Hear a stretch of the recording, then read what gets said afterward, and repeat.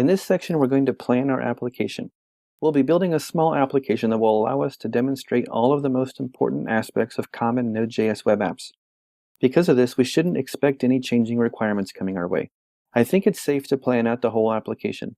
Express.js works well in agile projects where requirements are changing. Utilizing test-driven development and modular code, which are both explained later in this series, will help you respond quickly when you have to make changes. A simple database application usually does 4 things: create, read, update, and delete information. Developers affectionately refer to these common operations as CRUD. In our case, we'll be making a simple content manager application because it will allow us to exercise all of these operations as well as introduce the most common challenges that need to be addressed in Node.js. We'll be able to view a list of contacts, add new contacts, delete existing contacts, view details about a contact, and update the information about the contact.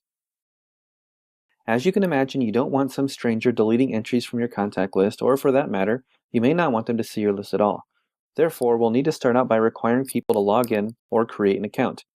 The most popular tool for doing this in Express apps is Passport.js. We can configure it to allow login via social media, such as Twitter or Facebook, single sign-on providers such as GitHub and OpenID, or you can use it to create a local username and password system. In our case, we'll allow people to log in using either Facebook or Twitter. Of course, if we're creating a database of contacts, we'll need to store them in a database.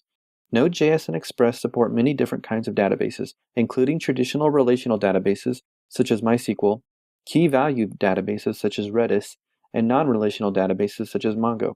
Don't worry if I didn't mention the database you prefer, there are very likely a support for it. In this app, we'll be using MongoDB. There's a superb library for accessing Mongo called Mongoose.js. In real-world applications, you should be using automated testing. In my experience, over half the battle of testing is getting your first test to pass. Once you do that, it gets easier. Therefore, we'll help you get past that first big hurdle as we develop our application by setting up our project with a unit test framework. We'll be using the Karma test runner, the Mocha.js test framework, and the Chai assertion library.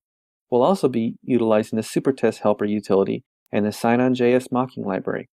Wow, that's a lot of tools. But they're simpler stacks. But there are some great reasons to use these tools, and we'll get into that more during section 5. One of the most popular articles on my website was about setting up Node.js the right way. It explains a set of tools that help you lay out your Node.js app to improve your productivity as a developer. In addition to the tools I mentioned regarding testing, we're going to use a tool called Supervisor. The last thing we'll need to plan out is our URL structure. We're going to follow a RESTful URL convention. The main goal of our application is to view contacts, so when we visit the URL /contacts, then we should see the list of all the contacts visible to us. If we want to make a new contact, we'll do a post request. In other words, a form submission to contacts. If we want to view an individual contact, we'll view the URL /contacts /contact ID.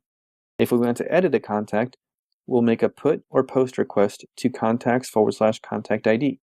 And if we want to delete a contact, we'll make a delete request to /contacts /contact ID. In this section, we discussed what our contacts application will be able to do. We've also covered the different libraries we'll use to make our development easier, and we've also planned out the URLs that our application will expose. Next up, we'll install the modules we need.